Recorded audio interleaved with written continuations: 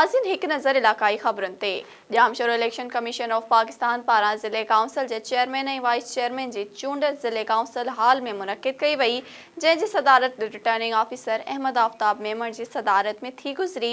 चूंड में Pakistan peoples party 41 vote खणिया, जॾहिं त SUP 3 वोट खणी हाराए वई। उन मौक़े ते assistant commissioner Kotri Samiullah Sanjrani, chief officer ज़िले council Kailash Kumar, election commission Jamshoro ऐं ज़िले काउंसिल जे चेयरमैन वॾे अंग में शिरकत कई। चूंड दौरान पाकिस्तान पीपल्स पार्टीअ जे चेयरमैन सुहेल अहमद शोरो ऐं wise chairman Amanullah Shahani 41 vote खणी कामयाब थिया, जॾहिं त SUP जे चेयरमैन शाहनवाज़ बुरफत ऐं वाइस चेयरमैन खलील रहमान 3 वोट खणी हाराए विया। एपका पॉपुलेशन विंग मुलाज़िम इतिहाद सिंध पारां मुतालबनि जी मनता लाइ एपका सिंध जे सदर अली गोहर रिंद, लाला पनाह पठान, सैयद बिलाल शाह जी अॻवाणीअ में एहतजाजी रैली कढी मुज़ाहिरो कयो वियो। एहतजाजी रैली ऐं मुज़ाहिरे में शरीक अॻवाणनि लाला पठान, सैयद बिलाल शाह ऐं ॿियनि ॻाल्हाईंदे चयो त मटियारी पॉपुलेशन ऑफिस में मुलाज़िमनि सां नारवा सलूक कयो थो वञे। मुलाज़िमनि खां जाइज़ कमनि जे मद में बि रिश्वत तलब कई थी वञे। हिननि मुतालबो कयो त एपका मुलाज़िम ड्राइवरनि खे TADA वर्दी अलाउंस ऐं पटेवालनि खे पिणु वर्दी अलाउंस बग़ैर कटौती जे TADA जारी कयो वञे। सेवण में तालको सोभो टेरो ज़िलो खैरपुर जी रहवासिण मसमात ज़ेबुन निसा सियाल सिंध प्रेस क्लब सेवण पहुची मुड़ुस तनवीर सियाल ऐं बासर माण्हू जी ज़ियादतुनि ख़िलाफ़ एहतजाज कंदे चयो आहे त मुंहिंजो मुड़ुस तनवीर सियाल जेको मूंखे ज़ोर जी बुनियाद ते तशदुद कंदो हो, जॾहिं त हू गैर माण्हू घर वठी ईंदो हो जंहिं ते रोकण ते मूंखे तशदुद कंदो आहे। मूंखे 5 दफ़ा तलाक ॾेई चुको आहे। मां केस बि कयो आहे। उन जे ग़लति फ़ैलनि जे करे मां घरां निकिती आहियां। वरी बि मूंखे मुंहिंजो मुड़ुसु ऐं जंहिं बासर माण्हू आहिनि जिन मां मूंखे जान जो ख़तरो आहे, मुंहिंजी IG सिंध ऐं DIG हैदराबाद खे अपील आहे त नोटिस वठी इंसाफ़ ॾिनो वञे। कंबर में वधंदड़ उरड़ीअ जी वबा जूं SS न्यूज़ ते ख़बरूं हलण बाद कंबर जे नौजवान समाजी अॻवान वकील फराज़ हकड़ो तरफ़ां डिस्ट्रिक्ट सेशन कोर्ट कंबर में सिहत खाते जे इंतज़ामिया ख़िलाफ़ दरख़्वास्त दाख़िल कराए छॾी, जंहिं में हिन ॼाणायो आहे त डिस्ट्रिक्ट हेल्थ इंतज़ामिया जी नाअहली सबबि केतिरा ई मासूम ॿारनि जो मौत वाक़िअ थी चुको आहे, पर हेल्थ इंतज़ामिया अघोर निंड सुतल आहे। पूरे ज़िले में किथे बि संजीदगीअ जो मुज़ाहिरो नाहे कयो वियो। नौजवान वकील फराज़ हिकिड़ो मूजिबि अहिड़ी दरख़्वास्त ते डिस्ट्रिक्ट सेशन जज ज़ाहिद हुसैन मेतलो तरफ़ां DHO कंबर ऐं फोकल पर्सन API खे 22 तारीख़ ते डिस्ट्रिक्ट सेशन कोर्ट कंबर में रिपोर्ट समेत तलब करे वरितो आहे। जाती सामूंडी तूफ़ान जी अॼु साहिली पटीअ सां टकराइण वारे इम्कान बावजूदि जातीअ जे ॻोठ क़ासिम थेमूर जा समुंड में मछीअ जे शिकार लाइ वियल 7 माहीगीर हूड़ी समेत वापसि थी न सघिया।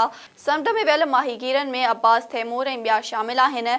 जाती 7 माहीगीरनि जी वापसी न थियण करे वारिस सख़्तु परेशान आहिनि ऐं हिननि मुतालबो कयो आहे त माहीगीरनि खे आणण में मदद कई वञे।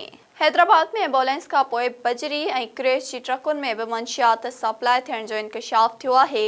हटड़ी पुलिस पारां बजरी क्रेश में लिकायल 500 किलोग्राम कचो माल मैनपुड़ी सां भरियल ट्रक हथ करे ॿिनि जवाबदारनि खे गिरफ़्तार करे वरितो आहे ऐं पुलिस वधीक कार्रवाई जूं तयारियूं करे रही आहे। टाउन कमेटी मीरवा गोरचाणीअ जे 8 वार्डनि ते मुख़्तलिफ़ पार्टियुनि जे उम्मीदवारनि जी चूंड RO assistant commissioner तालका Shujabad Salim Sheikh जी सरबराहीअ में थी गुज़री, जंहिं में पाकिस्तान पीपल्स पार्टीअ जे चेयरमैन चौधरी हाजी एहसानुल हक आराई वाइस चेयरमैन हीरालाल मेघवाड़ खे कामयाब करार ॾिनो वियो, जॾहिं त पाकिस्तान पीपल्स पार्टीअ जे हिकु मेंबर राणा सलामत राजपूत पोलिंग में हिसो न वरितो।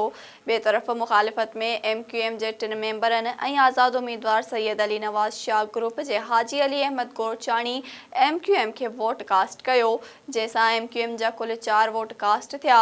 अहिड़ीअ तरह सां पाकिस्तान पीपल्स पार्टीअ जे उम्मीदवारनि वॾी अक्सरियत सां कामयाबी हासिल कई।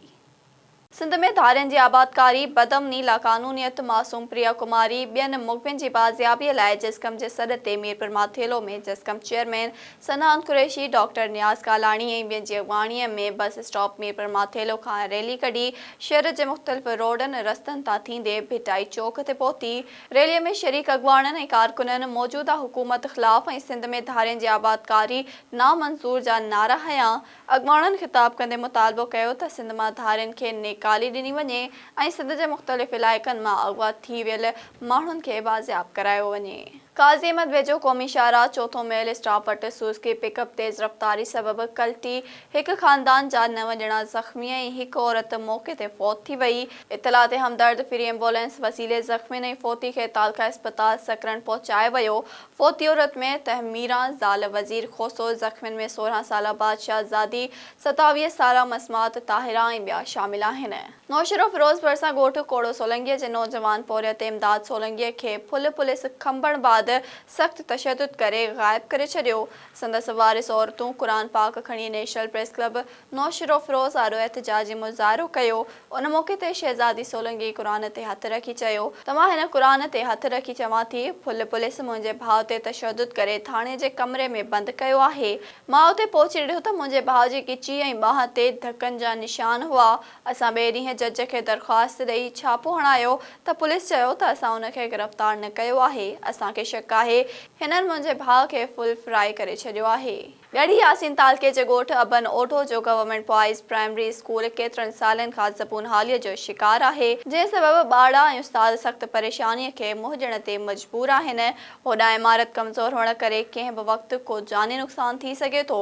स्कूल जी ज़बून हाली बाबति लिख पढ़ बि कई वई आहे, पर ऑफिसर को बि क़दम खणण जे लाइ तयार न आहिनि। टंडो आदम में म्यूनिसिपल कमेटीअ जे मुलाज़िमनि खे 2 महीननि खां पघारूं न मिलण खेनि पको न करण ख़िलाफ़ सिंध पाक तहरीक पारां एहतिजाजी रैली कढी सख़्त नारेबाज़ी कई वई।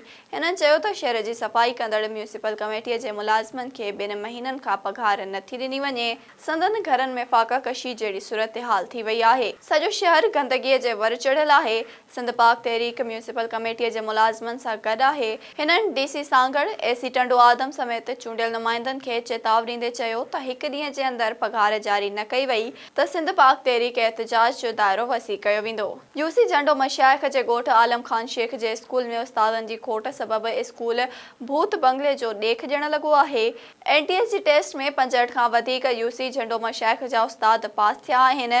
तंहिं हूंदे बि ॻोठु आलम खान शेख समेत मुख़्तलिफ़ ॻोठनि जे स्कूलनि में उस्ताद मुक़रर न थी सघिया आहिनि, जॾहिं त स्कूल काग़ज़नि में हलंदड़ ॾेखारियल आहे, पर ज़ाहिरी तौर ते ही स्कूल हिकु साल खां बंदि पियल आहे, जंहिं सबबि ॿारड़ा तालीम जहिड़े ज़ेवर खां महरूम बणियल आहिनि। नाज़रीन, ही हिन वक़्त ताईं जूं इलाक़ाई ख़बरूं। वधीक ख़बरुनि या अपडेट्स जे लाइ ॾिसंदा रहो SS न्यूज़।